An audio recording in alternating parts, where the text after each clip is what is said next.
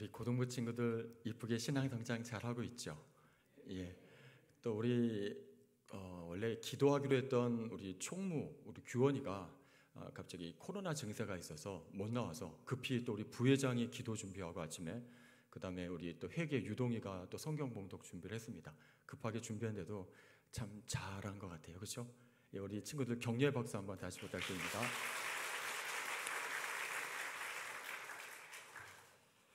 예, 우리는 신앙생활 하면서 성경 말씀을 많이 들어서 이미 알고 있습니다. 눈에 보이지는 않지만 하나님이란 분이 계시고 그 하나님이 이 온 세상을 다스린다는 것을 우리는 알고 있습니다. 그래서 왕이신 하나님의 말씀대로 살면 복을 받고 말씀대로 살지 않으면 어려움이 있고 또 인생이 힘들다는 것 우리가 알고 있습니다. 또 너무 당연하기도 합니다. 하나님이 왕이신데 그 하나님과 왕이신 하나님과 별개로 살 때와 또 그 말씀에 따라 살 때 그 삶이 완전히 다르다는 것은 너무나 당연합니다. 오늘 주신 말씀은 이러한 성경의 원리 또 하나님의 말씀이 가장 잘 나타나 있는 말씀입니다. 먼저 1절의 말씀을 보겠습니다. 내가 내 하나님 여호와의 말씀을 삼가 듣고 내가 오늘 내게 명령하는 그의 모든 명령을 지켜 행하면 내 하나님 여호와께서 너를 세계의 모든 민족 위에 뛰어나게 하실 것이다. 아멘. 하나님께서 명령하는 그 명령을 지켜 행하면 세계의 모든 민족 위에 뛰어나게 하신다고 말씀하십니다. 지금 이스라엘 민족에게 하신 말씀이기 때문에 이렇게 다른 민족보다 뛰어나게 하실 것이다 말씀하는 것인데 우리 한 사람 한 사람에게는 다른 사람들보다도 뛰어나게 세워주실 것이다 라고 말씀하고 있는 것입니다. 또 2절에서도 보면 내가 내 하나님 여호와의 말씀을 청종하면 듣고 순종하면 이 모든 복이 내게 임하며 내게 이르리니 어떤 복이 임하고 어떤 복이 이르냐면 3절에 성읍에서도 복을 받고 들에서도 복을 받을 것이며 장소와 관계없이 복을 받는다는 말씀입니다.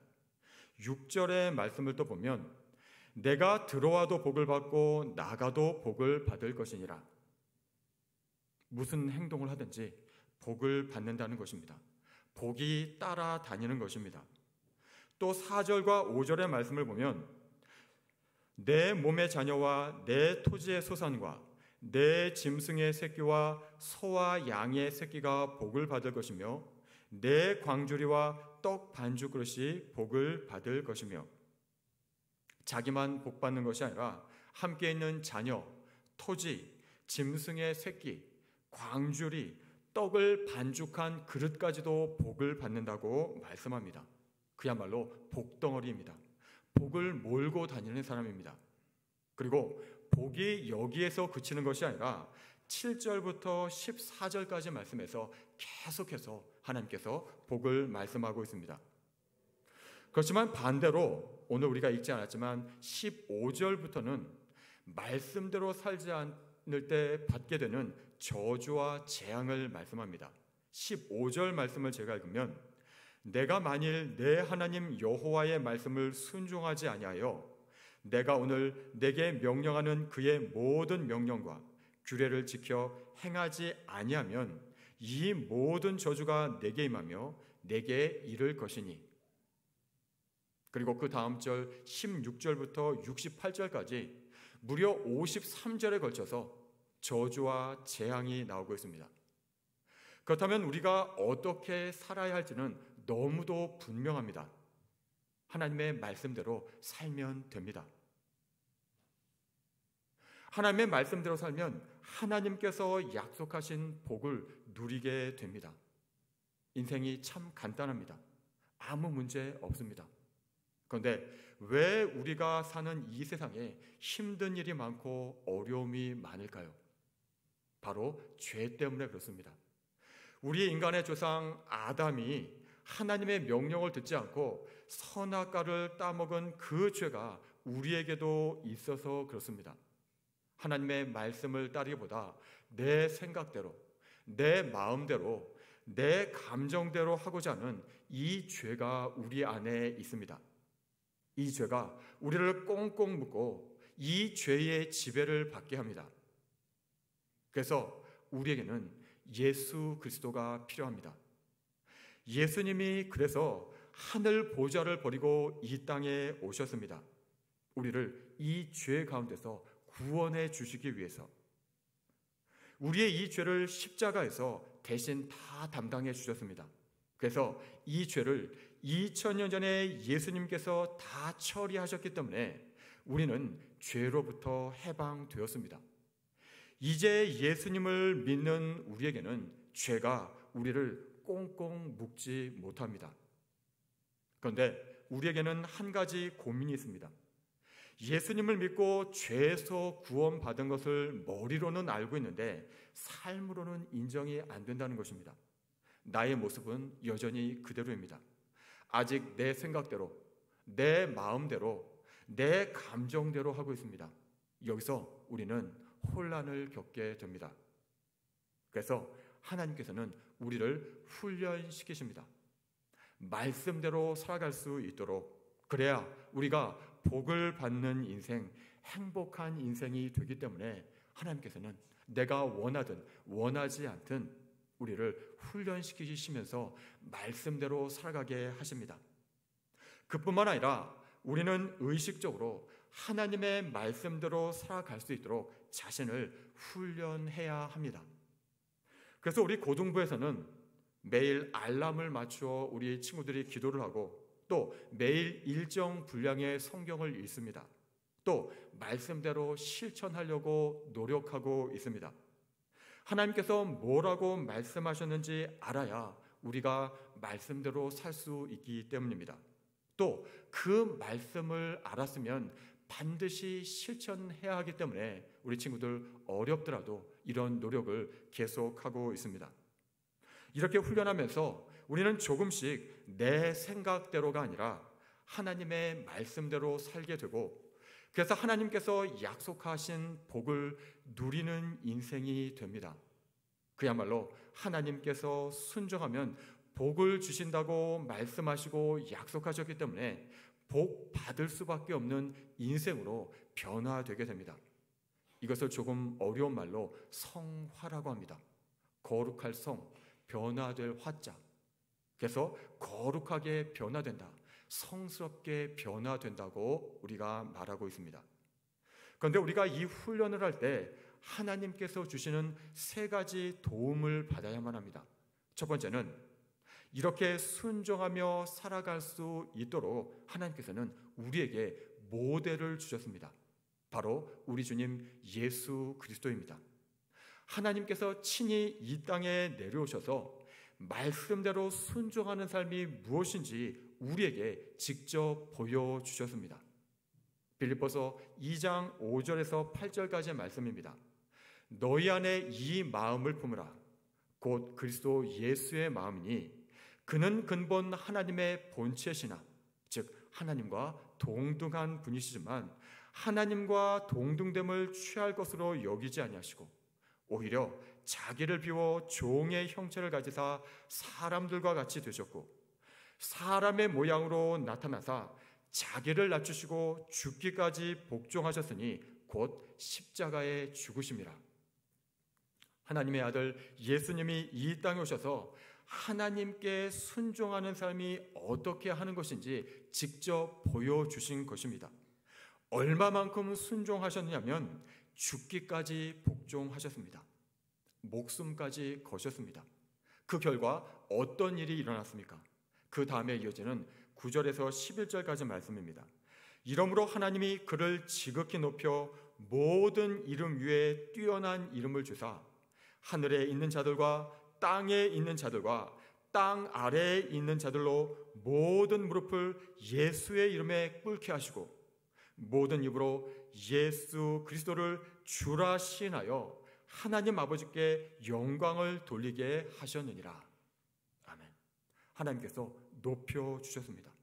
죽기까지 순종하신 예수님을 지극히 높여 모든 피조물이 이 예수 그리스도를 주님으로 인정하며 무릎 꿇게 하셨습니다.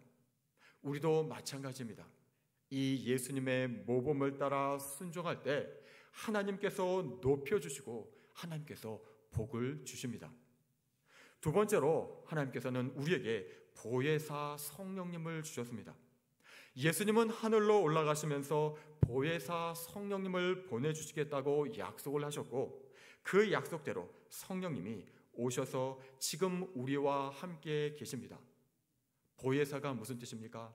보호하시고 은혜를 베푸시는 스승이란 뜻입니다. 나와 늘 함께 하시면서 말씀을 깨닫게 하시고 인도하시고 보호하시면서 말씀대로 살아갈 수 있도록 도와주십니다. 요한복음 14장 16절에서 18절까지 예수님께서 이렇게 말씀하셨습니다. 내가 아버지께 구하겠으니 그가 또 다른 보혜사를 너희에게 주사 영원토록 너희와 함께 있게 하리니 그는 진리의 영이라. 세상은 능히 그를 받지 못하나니 이는 그를 보지도 못하고 알지도 못함이라. 그러나 너희는 그를 아나니 그는 너희와 함께 거하시며 또 너희 속에 계시겠음이라. 내가 너희를 고아와 같이 버려두지 아니하고 너희에게로 오리라. 성령님께서 우리를 고아와 같이 버려두지 않으시고 우리와 항상 함께 하신다는 약속의 말씀입니다.